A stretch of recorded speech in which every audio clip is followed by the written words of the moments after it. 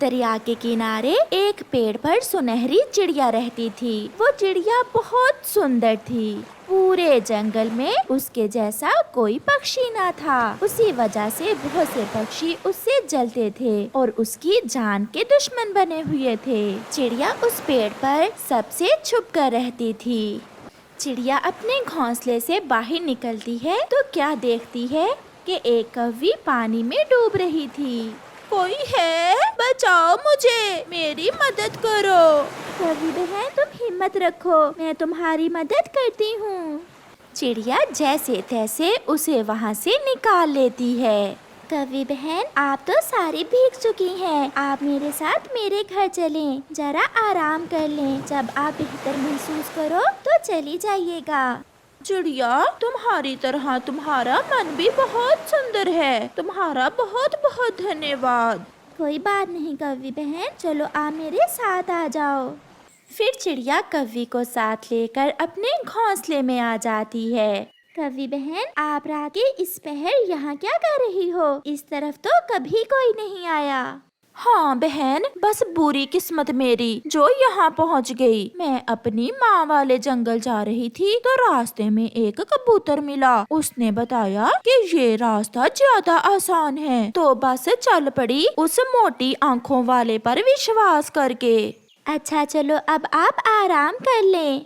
अच्छा बहन, तुम यहाँ इस सुनसान जंगल में इस तरह अकेली क्यों रहती हो? फिर चिड़िया उसे अपनी पूरी कहानी सुनाती है। सुबह होते ही कौवी जाने की तैयारी करती है। कौवी बहन, तुम मुझसे वादा करो कि मेरे बारे में कभी किसी को नहीं बताओगी। हाँ चिड़िया, मैं वादा करती हूँ, तुम्हारे बारे में किसी को नहीं बताऊंगी। और फिर कौवी वहाँ से चली जाती है। गोरी कौवी जिस जंगल में रहती थी उसका राजा एक चील था। राजा चील का बेटा चीलू एक सपना देखता है कि वो एक सुनहरी चिड़िया के साथ खेल रहा है और बातें कर रहा है।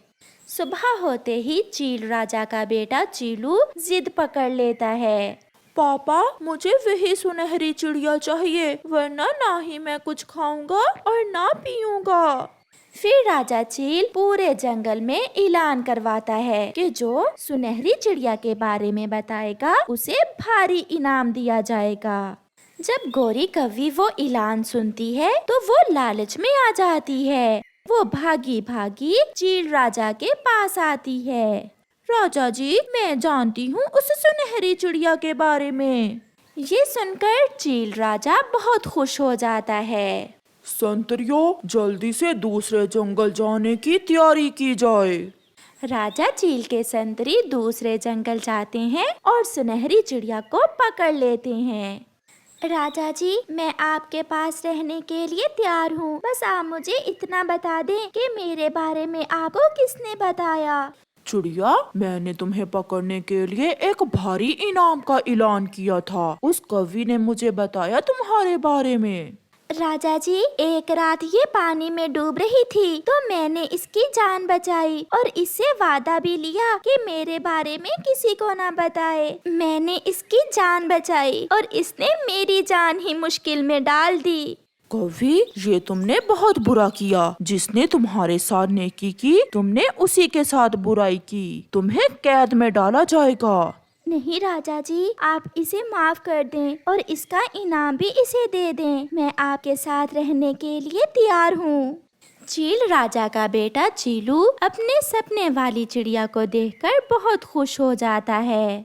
सुनहरी चिड़िया, तुम यहाँ रहो मेरे बेटे के साथ। तुम्हें यहाँ कोई नुकसान नहीं पहुँचाएगा। अब तुम्हें अकेले रहने की कोई जरूरत नहीं है। फिर सुनहरी चिड़िया चील राजा के महल में खुशी खुशी रहने लगती है। गर्मियों की गर्म दोपहर में चिड़िया का बेटा कुकू अपने घर में बैठा बोर हो रहा था। उसके मम्मा पापा भोजन लेने गए हुए थे। मैं थोड़ी देर जग्गू से खेल कर आता हूँ।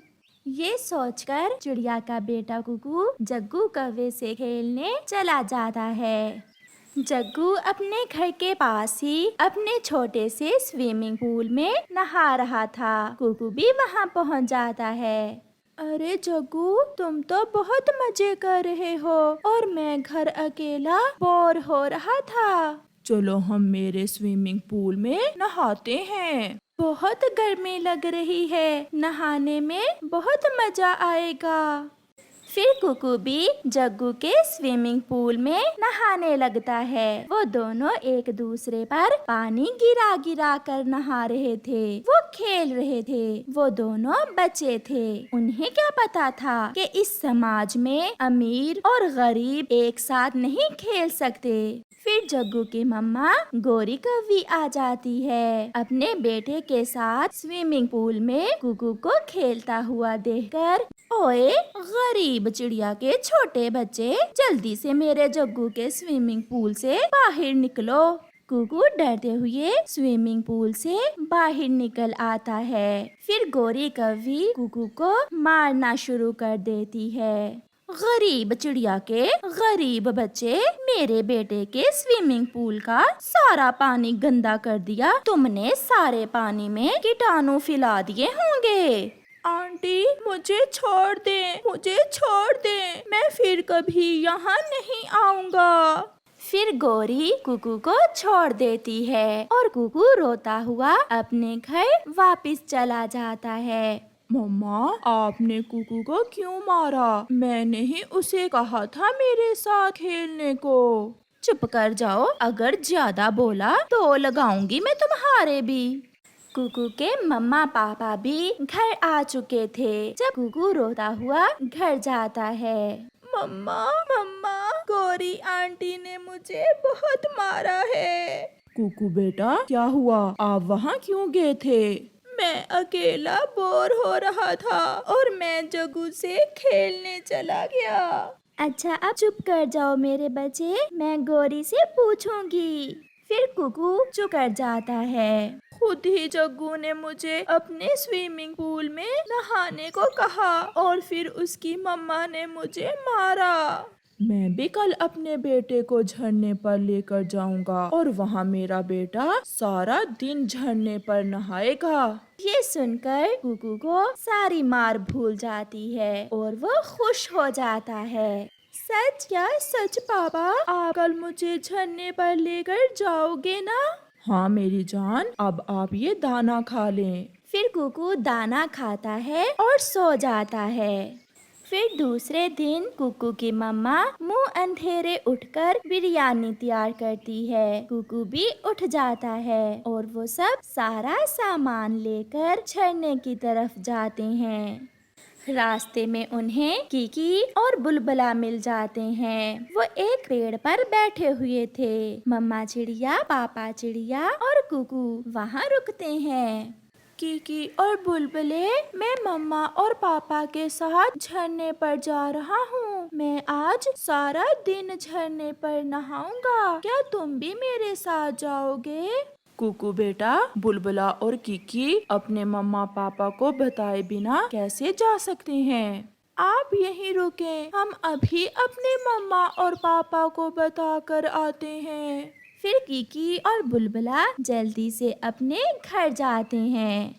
कीकी भी अपने मम्मा पापा से इजाजत ले लेता है। बुलबुला भी आ जाता है और वो सब वहाँ से आगे बढ़ते हैं। अपने दोस्तों के साथ कुकू की खुशियाँ और भी बढ़ गई थी। वो सब झरने पर पहुँच जाते हैं। झरने का पानी बहुत ठंडा था। लो बच्चों, अब आप झरने के ठंडे पानी में नहाएं। 1 2 3, चलो लगाओ छलांग। फिर वो सब झरने के पानी में नहाते हैं। मम्मा और पापा चिड़िया एक पेड़ की छांव में बैठे अपने बेटे को खुश देखकर बहुत खुश हो रहे थे। वो सब छांव में बैठकर बिरयानी खाते हैं और ढेर सारी बातें करते हैं। कुकू के लिए आज का दिन खुशियों भरा था। और फिर शाम के वो सब अपने घरों को वापस लौटते हैं।